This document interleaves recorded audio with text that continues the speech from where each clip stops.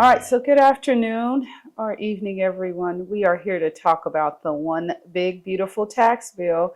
And I hope in today's session I go over some of the key highlights with you of what's changing this year, as well as what you can expect at this coming tax season.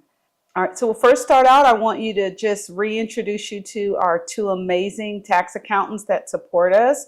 We have Antoinette Danridge, who has been working on our team for over 8 years now, and Jeanette is going into her third season with us. So very excited for you guys to continue to connect with the team. And as far as we know for now, we won't be expanding this year, but we're looking for certainly to expand the following year. Okay, so what you can expect for 2026. So this year, our process has been updated to include our new client management portal, which is TaxDome. You should have already received your information on how to log in to TaxDome, as well as to create your online account. And so what's going to kick off the season this year is going to be an email you're going to receive with an engagement letter. And then you're also going to be asked to secure a spot with a small deposit. And then from there, you're going to receive a separate communication that gives you access to a tax organizer. And you're also going to be able to upload all of your tax documents. After that, our team will come back and we will do a review, and we will notify you if there's any missing information or if there's any changes that are kind of inconsistent with what we've had on file from last year. So our goal is to really come back to you, make sure that we have a fully complete tax return file, and then we will start the preparation work.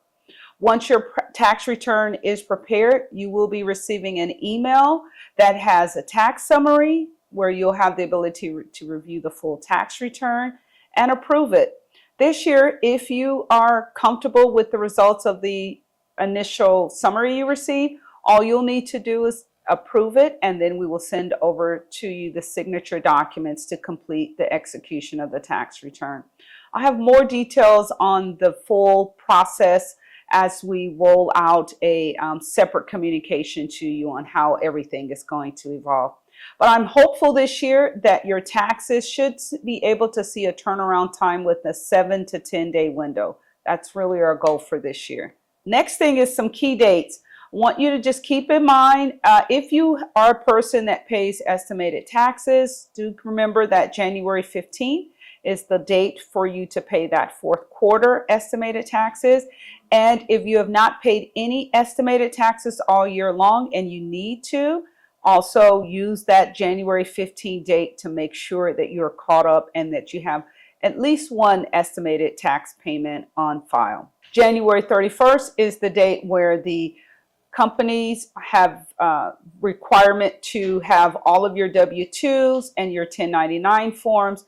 Those should be furnished to you by that January 31st date. And then for tax deadlines, April 15th this year will be the filing deadline for individual tax returns, as well as the first payment date for the first quarter estimated taxes. And if you are not able to file your taxes by April 15th, there will be an extension. An automatic extension will be granted through October 15th of 2026. Next, we'll talk about some key business deadlines. And again, January 31st is really one of the biggest key dates that you want to keep in mind, because that's when all your W-2s and your 1099 forms are due to your employees, as well as any federal reporting, either on the 940 or the 941s.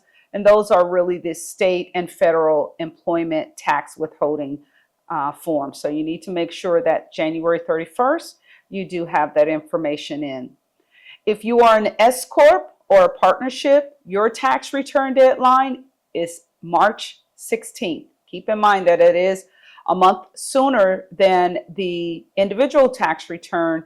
So make sure you're marking your calendars if you're an S Corp or your partnership. Otherwise, if you are just a normal corporation, your filing deadline is not until April 15th. You will also have an extension through September 15th if you are an S Corp or partnership, which is again a month earlier than the corporate and individual extension deadline, which is October 15th. All right, so let's get into what all brought us here today, which is this one big, beautiful tax bill. And so we've heard a lot of information about announcement of this bill. Today, I want to hopefully just go over with you some of the key highlights, things that should be top of mind for you. And so this just gives you a little bit of background information. The effective date of this bill went into effect as of July 4th, 2025, and it does apply to tax returns filed for the 2025 tax year. So even though it did come out mid-year, this will be applicable for the entire 2025 tax season. Some of the highlights for individual taxpayers, you will see the lower tax brackets. Those were made permanent with this law.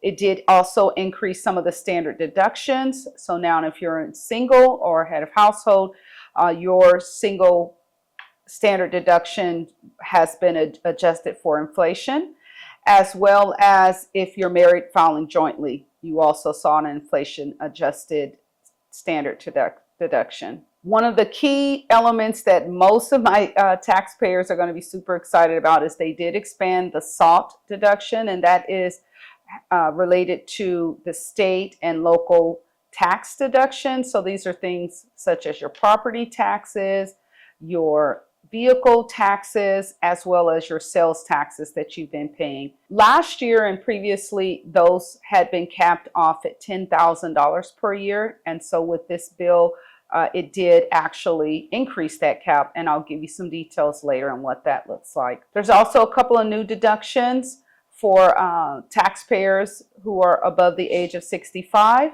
for overtime and tip income, as well as for car loan interest. So I'll spend a little time now talking about some of the family and child tax credits. You'll notice that the child tax credit this year was increased, and so for each qualifying child, you will be entitled to up to $2,220. The adoption credit increased. That is actually partially refundable up to $5,000, as well as the dependent care credit. That was increased to $4,800 per child. And then overall, going forward, they are going to continue to make adjustments on an annual basis to adjust for inflation. So each year, these credits will continue to go up to match what the inflation changes are. Next, we'll talk about what's going away in terms of credits. The big ones are the clean vehicle credit.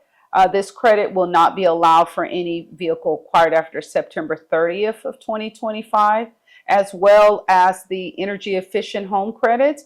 Those credits will no longer be allowed for properties after December 31st of 2025. Education credits, there is no changes to this. I just want to remind everyone that there are two tax credits available. The American Opportunity Tax Credit, and that is up to $2,500 per student. That one does phase out. Both of these credits do phase out depending on your income limits. But the American Opportunity Tax Credit has a refundable portion of the credit, and the Lifetime Learning Credit is up to $2,000 per return.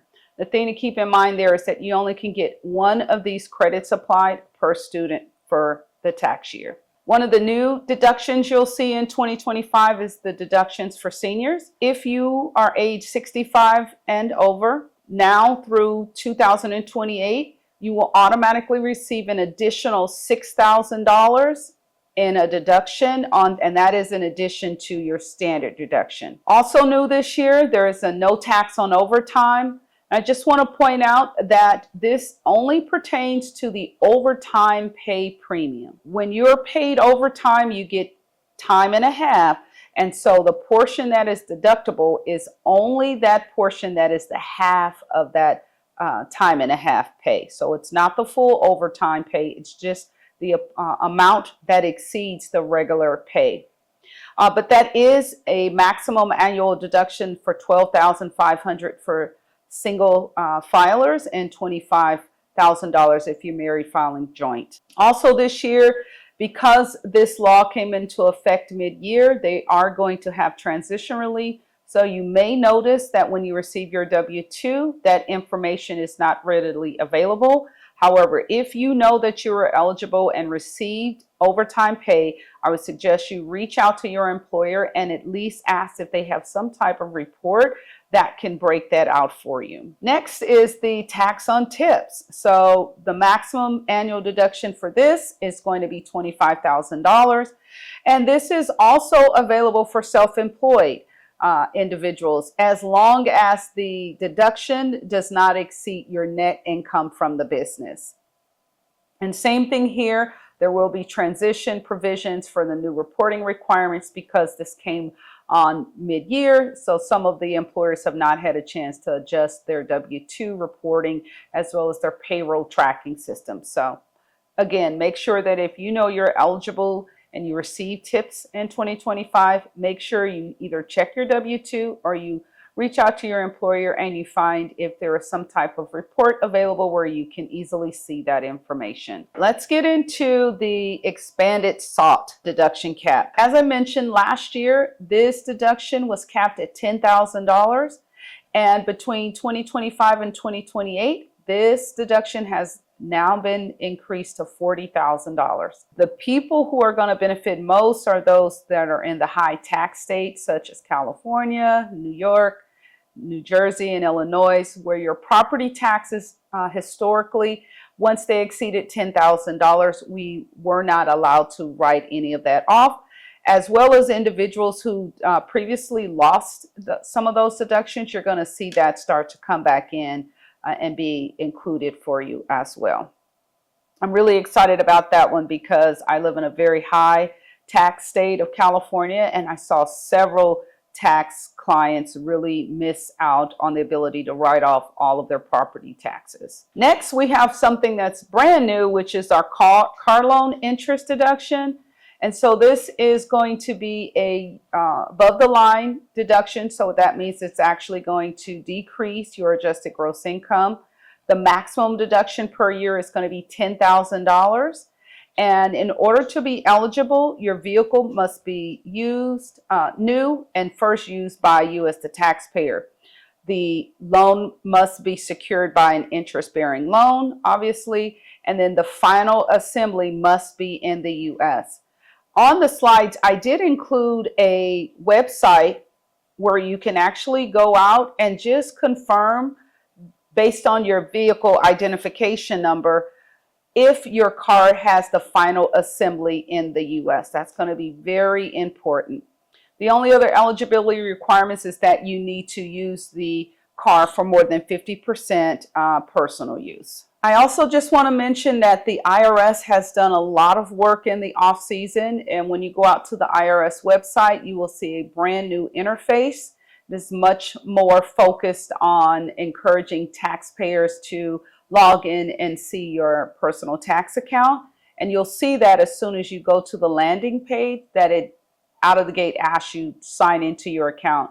So if you have not done so, it is very important that you do set up your IRS tax account so that you can quickly see what tax returns have been filed, as well as wages and income information and any information related to account balances. They are also continuing to expand their e-file and direct online filing pilot program through the IRS. And also, I've noticed that there are a lot more forms that are easily submitted on the IRS website. So in the past, there were notices mailed to you, but you had to respond via the mail. And now a lot of those notices are being handled electronically by the IRS. So extremely excited about that because that improves the turnaround time. Also, we are continuing to hear that there will be much more focused on high income and large business filers as for audits, and then the faster refund processing. The IRS in the last few years has continued to expand its identity verification tools because of the rise in personal identification theft. And so you'll continue to receive notices. The IRS will make it much easier for you to verify your identity if there are questions about whether or not it's you that filed those tax returns. And lastly, I just want to tell you guys, thank you so much for taking some time to understand what the changes are for this upcoming tax season. I will continue to give detailed information on the topics as the IRS releases more information. In the meantime, if you need anything from us, feel free to email me at soundprofits@gmail.com. Thank you so much.